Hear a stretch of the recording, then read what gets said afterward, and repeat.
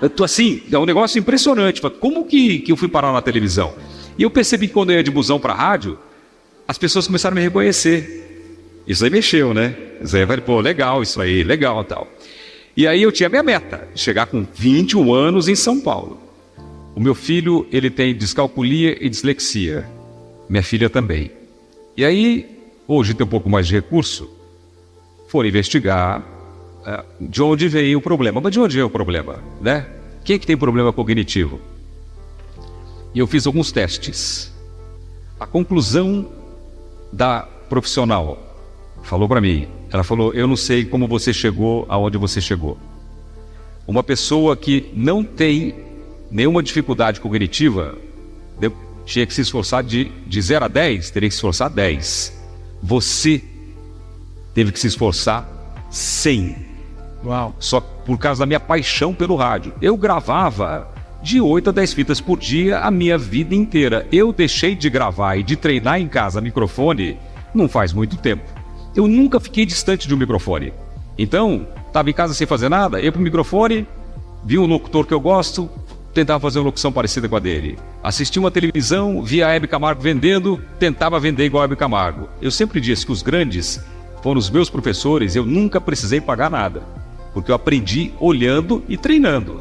Então, quando ela falou isso pra mim, cara, eu fiquei emocionado. Eu falei, pô, eu sei o tanto que eu lutei, eu sei o tanto que eu ralei, o tanto de não que eu recebi, o tanto de teste que eu fiz e reprovei. Quantas vezes o diretor olhava na minha cara e falava assim, você é sem sal, você não vai a lugar nenhum. E eu não desisti, mas pelo meu amor à comunicação. E agora chegar numa televisão, trabalhar com o Silvio Santos, ser elogiado pelo Silvio Santos, receber programa que o Silvio Santos fez, ganhar programa do Silvio Santos, ele falando o seguinte, se você fizer esse programa melhor que eu te dou esse programa. Eu ganhei o programa. Vamos falar, não é uma loucura isso? Né? Quem foi seu maior fracasso na televisão? Meu maior fracasso na televisão foi um fracasso anunciado. Eu fazia, não faz muito tempo não, eu fazia Domingo Legal das 11 às 3. Televisão tem um segredo, televisão é inércia. Se você pegar bem, você vai, mesmo se você cair, você acaba tendo uma média boa. Pegou com 11, entregou com 9, você vai dar média 10. Se você pegar com 1, para você alavancar, se não tiver alteração na grade da concorrência, é difícil as pessoas migrarem de canal. Então televisão é uma guerra estratégica, é bastante interessante isso. E o Silvio Santos me chamou e falou, ô Portioli. Ele me chama de Portioli. E diz que se ele falar 6 vezes seu nome, danou. Ele, ô Portioli, ô Portioli, é Portioli, eu contei 3, falei, tem que parar ele. Aí ele falou, vendi o seu horário para Disney. Eu falei, o quê? Não, eu vendi das 11 às 13 para Disney. Você vai entrar às 13 até às 15. Eu falei, Silvio, vai dar errado, filho. Ele, não, mas o dinheiro é muito bom. Eu falei, para nós? Ele falou, não, para mim. Daí ele falou, não, mas vai dar certo. Eu falei, Silvio, o que a concorrência vai fazer? Vai embalar, vai queimar os breaks de manhã, ou não vai botar break de manhã, vai embalar a programação, vai ficar lá em cima. Quando eu entrar, não vai ter como pegar. Não vai ter como pegar, não tem jeito. Eu tenho 2 horas para virar o jogo. Não, vai dar certo, vai dar certo. Cara, levei um pau. Mas levei um pau. E eu fazia programa ao vivo e olhando o Ibope com o motor do Ibope na minha frente, sim, vendo o Ibope lá embaixo. Você vendo que você está indo mal e você tem que dar assim, ó. Nossa, terrível. É terrível, sabendo que você não está dando resultado. E mesmo assim eu conseguia levantar um pouquinho, mas quando chegava no final do programa, acabava. Quando estava melhorando, acabava. E tudo que eu falei para ele aconteceu. Mas ele, olha só como ele foi. Por isso que tem que respeitar, né?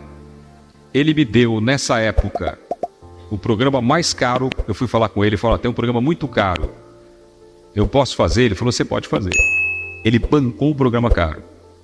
Ele pegou e arrancou a melhor equipe da concorrência de direção e produção e colocou para trabalhar comigo. Então, ele sabia que eu ia ser prejudicado. Eu não precisava ensinar isso para ele. Aliás, tem uma história muito boa que eu vou ensinar um negócio para ele e vou contar aqui. Muito legal. Ele sabia que ia dar errado, ele sabia que ia ser bom financeiramente, mas para mim ia me derrubar. Mas ele não me abandonou. Ele ficou tentando de toda maneira me ajudar e fazer virar o jogo. Não tem que respeitar um cara desse? Não tem que ser leal a um cara desse? Então, assim, a admiração que eu tenho por ele é muito grande, porque levei muita bronca, levei muita puxada de orelha, fiquei fora do ar, mas a minha história com ele é uma coisa incrível. E o Silvio Santos pode contratar quem ele quiser, mas ninguém vai ter a história que eu tenho com ele. Ninguém. Bom, Ninguém. pra quem não sabe, o Celso também tem rádio. Ele tem são duas? Três emissoras de rádio. Três? Você, como apresentador, como é que você despertou essa coisa de comprar a sua? Porque sua paixão começou no rádio. Eu tinha largado mão desse negócio de rádio já. Isso aí aconteceu o seguinte, eu viajei com a minha esposa, eu fui esquiar durante 30 dias, só eu e minha esposa.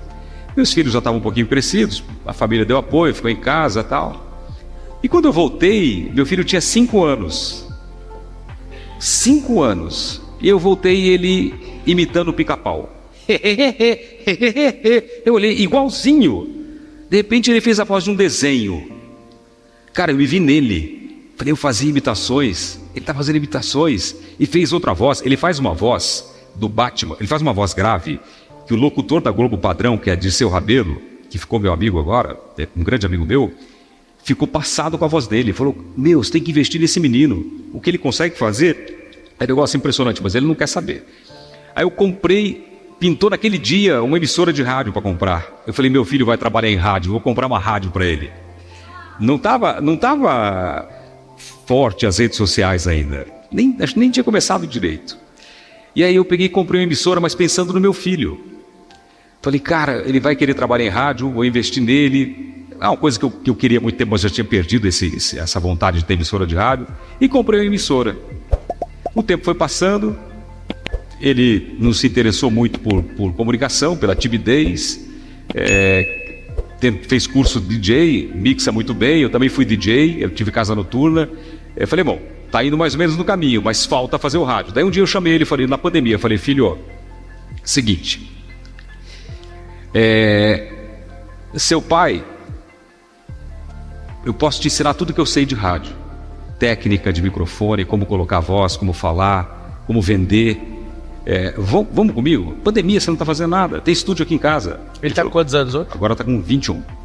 Ele falou, pai, não quero. Eu falei, tá bom, respeitei. Passou um tempo, 4 meses, falei, filho, vamos lá, vamos fazer rádio com o pai aqui, a gente faz rádio ao vivo aqui, faz aqui de casa para as rádios e tal. Ele falou, coloquei ele lá na frente do microfone, saí, falei, fica sozinho aí, fala o que você quiser. Deixei o computador gravando. Olha aqui que a timidez faz, né? Voltei. Quando eu voltei, entrei, ele estava olhando para o microfone, olhando para o computador e não tinha gravado nada no track. Nada. Ele não tinha conseguido falar nada. Travado. Não, insisti, falei, vamos de novo. Ele ficou meio assim, falou, não quero, pai, não consigo. Aí ele teve que gravar um vídeo, depois de uns 6 meses, gravar um vídeo para a faculdade para se apresentar. Ele teve que se apresentar. Cara, o que eu vi esse moleque Você tá vendo as chaves que estão sendo faladas nesse vídeo. Anota tudo.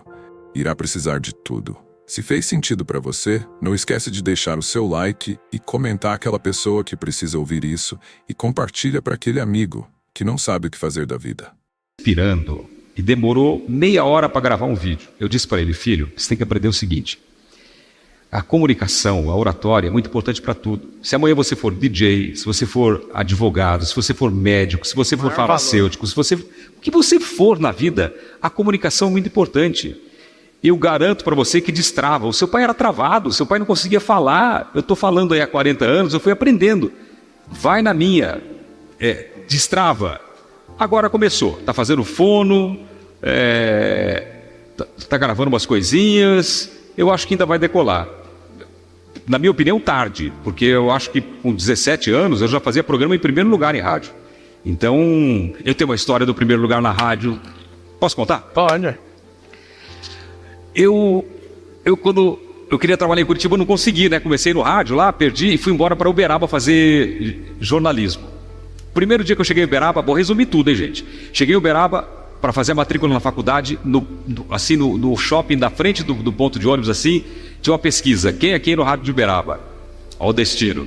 Eu entrei na fila, quando o cara foi me perguntar, eu perguntei para ele, quem é quem no rádio de Uberaba? Ele falou, por quê? Ele falou, não, porque eu era locutor da Antena 1 de Curitiba. Dei aquela queimada, menti. Ele falou, é mesmo, é? Eu falei, agora eu vou morar aqui, fazer jornalismo e tal. Ele falou, você era locutor lá, quer trabalhar aqui? Eu falei, eu quero. Ele falou, aqui tem 2 rádios, uma gravada e uma ao vivo. Eu falei, quero na gravada, porque eu nunca tinha feito, né? Ele falou, então vou te levar lá. Fui lá, fiz um teste e passei. Então passei no rádio, primeiro do que a matrícula da faculdade. E comecei e virei um sucesso. E olha que sacada, eu era muito novo. Cara, eu explodi. Eu guardava dinheiro em caixa de sapato. Eu comecei a fazer festa em colégio, eu botava 1.200 pessoas em colégio, eu fechava o colégio com segurança, rachava com a escola, fazia noite da paquera e comecei a ganhar muito dinheiro. E comecei a ficar muito famoso na região. Onde eu ia era recorde de público. O que eu saquei? Muito novo, que eu não era o nome do rádio, eu era um produto. Aí eu peguei e tracei um plano. Eu falei, eu quero chegar em São Paulo antes dos 21 anos de idade. Botei a meta e desenhei no papel, fiz certinho. Falei, daqui eu vou para tal lugar, daqui eu vou para tal lugar. Antes dos 21 anos eu chego em São Paulo. Aí eu comecei minha luta. Quando deu minhas férias de Uberaba, eu fui lá para Curitiba e fui de novo ligando para as rádios. Precisa de locutor? Precisa de locutor? Precisa de locutor? Não. Aí a rodoviária era pertinho da Rádio Caiobá. Eu liguei nessa emissora de rádio e falei, era a segunda colocada. Precisa de locutor? O cara falou, precisa. Ele falou, você pode fazer um teste? Eu falei, posso. Peguei minha mochila, falei, vou fazer, vou levar um pau, e vou para a rodoviária e vou embora para Uberaba, no busão. Cheguei lá, fiz um teste, gravei um monte de coisa, a Cláudia Raia estava lá, foi a primeira atriz que eu entrevistei na vida, mandaram entrevistar num teste a Cláudia Raia, entrevistei a Cláudia Raia. Ele falou, você pode esperar até amanhã? Ela não era tão famosa, não era?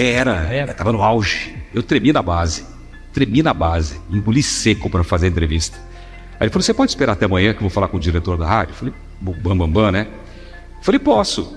Fui lá na rodoviária, troquei minha passagem, voltei para casa da minha irmã. No outro dia ele me ligou, você pode vir aqui? Fui lá. Ele falou, o seguinte, aprovamos o seu teste. Era um lugar que eu tinha uma vontade de trabalhar, porque eu fui né, humilhado lá. Aí ele falou, aprovamos o seu teste, você vai fazer das 2 às 7 da tarde, horário nobre. Aqui nessa mesa, você já fez ao vivo? Eu de novo, já! Nunca tinha feito ao vivo. Aí me ofereceu uma graninha legal. Cara, eu entrei no busão, fui para Uberaba. Em uma semana eu larguei faculdade, larguei namorada, larguei República, larguei meus shows, larguei tudo e piquei a mula para Curitiba. Tava no meu plano, larguei tudo para trás e fui lá para Curitiba.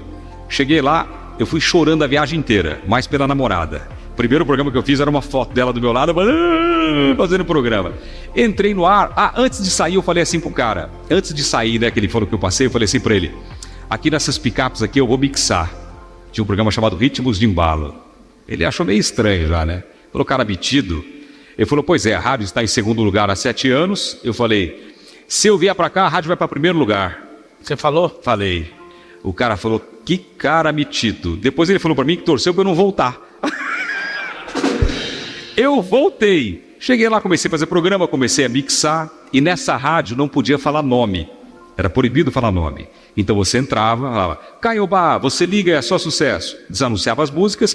Eles me permitiram, no intervalo comercial, conversar com os ouvintes. Então eu começava a conversar com a dona, ô Maria, tudo bem? Dava risada, brincava, tal. Ela pediu uma música, já vou tocar música, tal. E eu comecei a mixar naquelas picapes, falar com os ouvintes. Primeiro mês, a rádio empatou com a primeira colocada. O meu